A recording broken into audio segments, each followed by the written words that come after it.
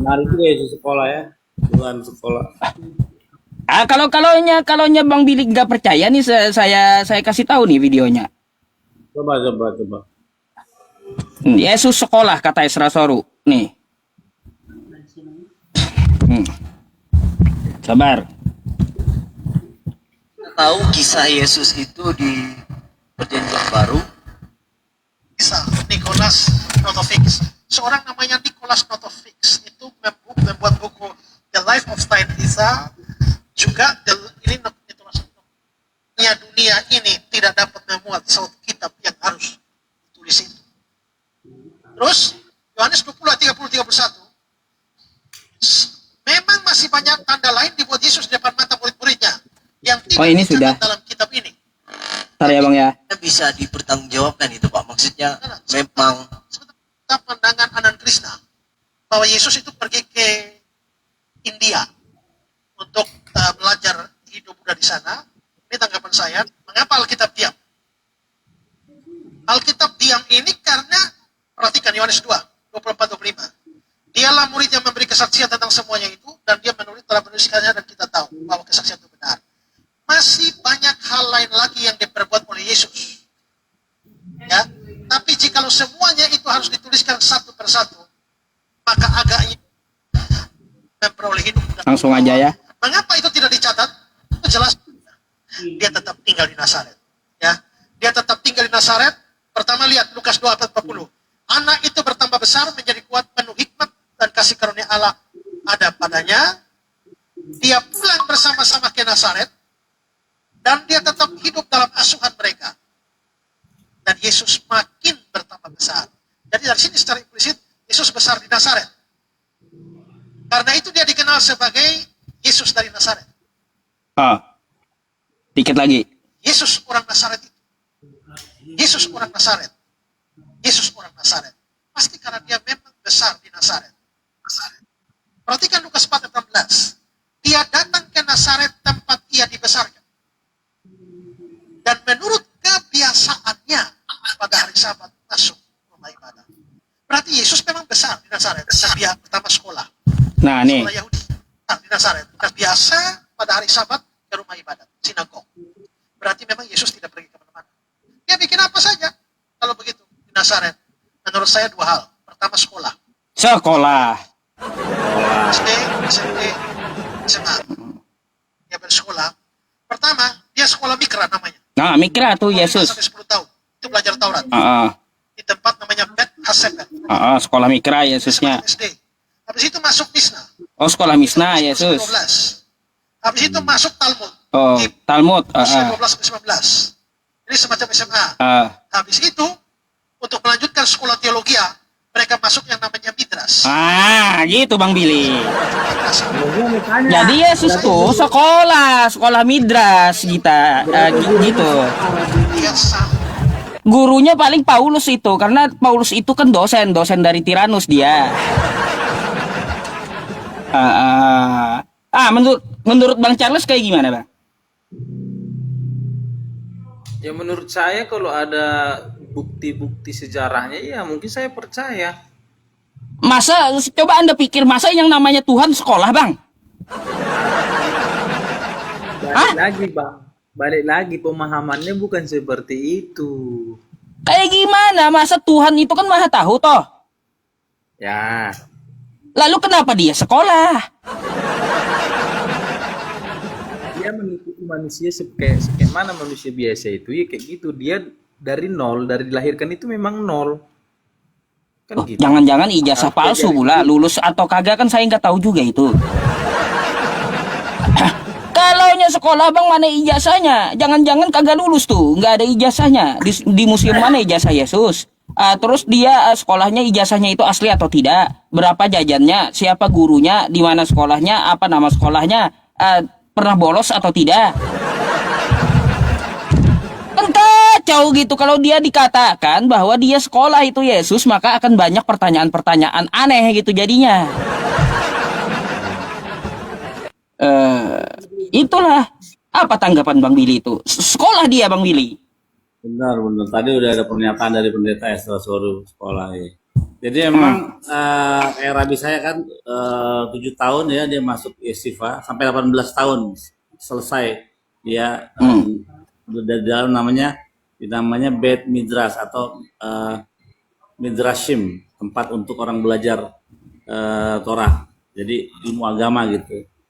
Selama itu mereka hanya belajar Torah, atau tadi ada urutannya Mikra sampai ke Talmud dan Midrash yang paling akhir. Nah, itu cara orang Yahudi memahami Torah dari 4 pandangan, yaitu Pardes, Sat, Remes, Dras, dan Sot. Nah, Midrash itu adalah yang paling akhir, yaitu Sot, yaitu sesuatu yang tersembunyi yang hanya dimengerti oleh oral Torah yang dikasih oleh Musa kepada Yehoshua sampai kepada saat ini turun temurun, itu oral Torah. Nah, sekarang kalau Yesus itu tadi dikatakan adalah manusia, benar kan Yesus manusia ya Bang Charles? Ya Pak. Yesus adalah manusia di dalam kemanusiaannya kan? Datang ke dunia menjadi manusia. Ya, ketika Yesus atau Tuhan ini yang menjadi manusia, berinkarnasi menjadi manusia, kira-kira dia punya alat reproduksi nggak? Ada lah Pak, namanya manusia. Ya, buat apa itu? Alat reproduksi. Nah, pintar.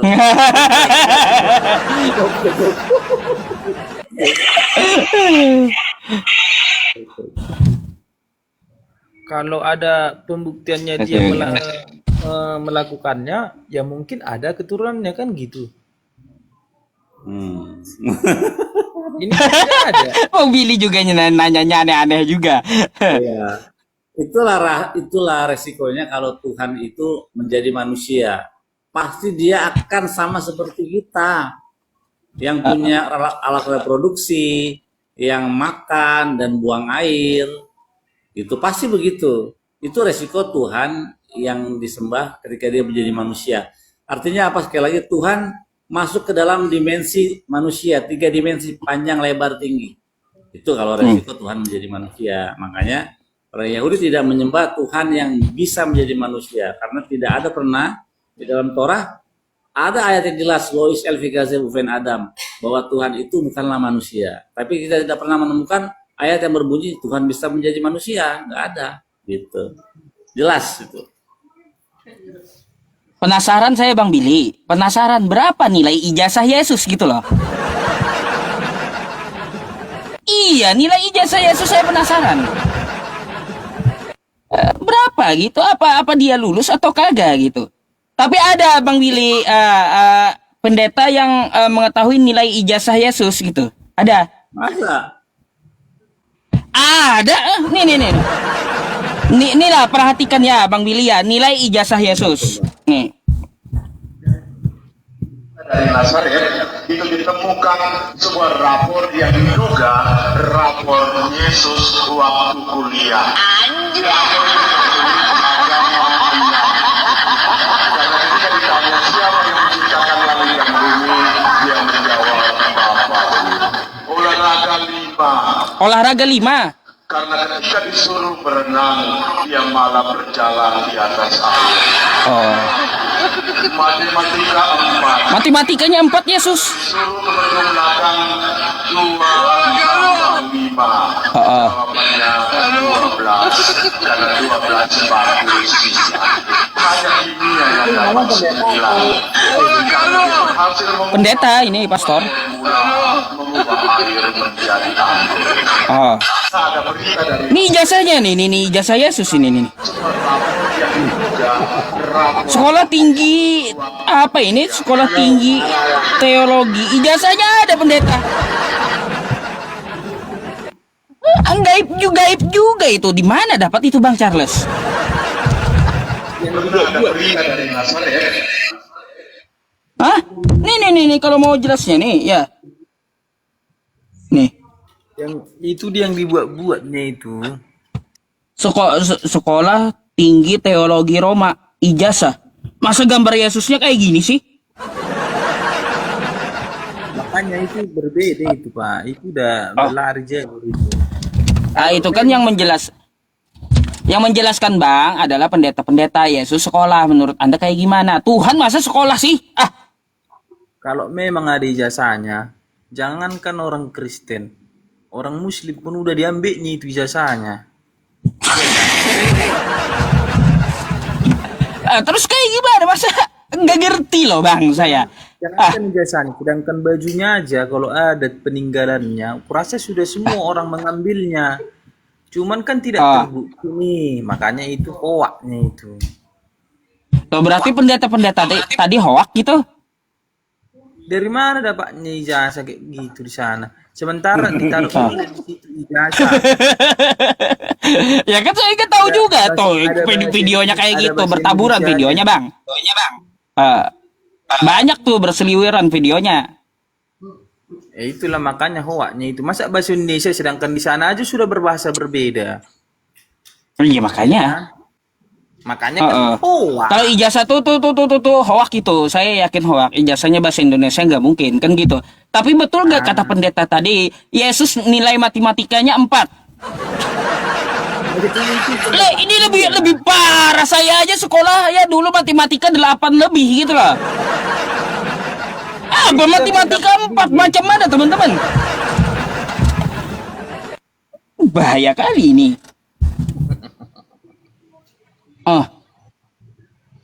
Itu hak dianya itu ngomong kayak gitu ya, terserah dia lah situ kan. Masa Bang kayak gini, masa kita boleh ngomong sembarangan tentang agama gitu loh di Kristen itu. Semau udelnya kita aja. Coba tanya Bang Billy, nggak boleh, ada tata kaidahnya. Kalau agama tuh ya Bang Billy ya. Apalagi di Yahudi. Itu. Lagi kan dia itu tadi yang ngomong seorang pemimpin agama ya, pastor atau pendeta itu. Iya. Romo atau Pemimpin agama. kalau saya Bang Billy, kalau saya ngomong kayak gitu, Allah kata saya sekolah ya, sekolah dia bla bla bla bla. Pasti saya digeruduk umat Islam ke rumah pasti. Nah bakalan saya dibebas gitu. Karena apa? Nyeleneh gitu. Nggak boleh saya kayak gitu. Kalau kayak kami, ajaran kami dilarang menghakimi. Ya apa diperbuat dia ya urusan dia lah sama Tuhannya. Soalnya kan nggak ada hukumnya sama Kristen itu menghakimi kayak gitu. Iya, saya aja kalau ngomong, "Hei Islam," kata saja, "ayo kita nyembah patung." Habis sudah orang kampung ribut ke tempat saya pasti. Padahal saya ngomong kayak gitu aja, "Ayo kita nyembah patung."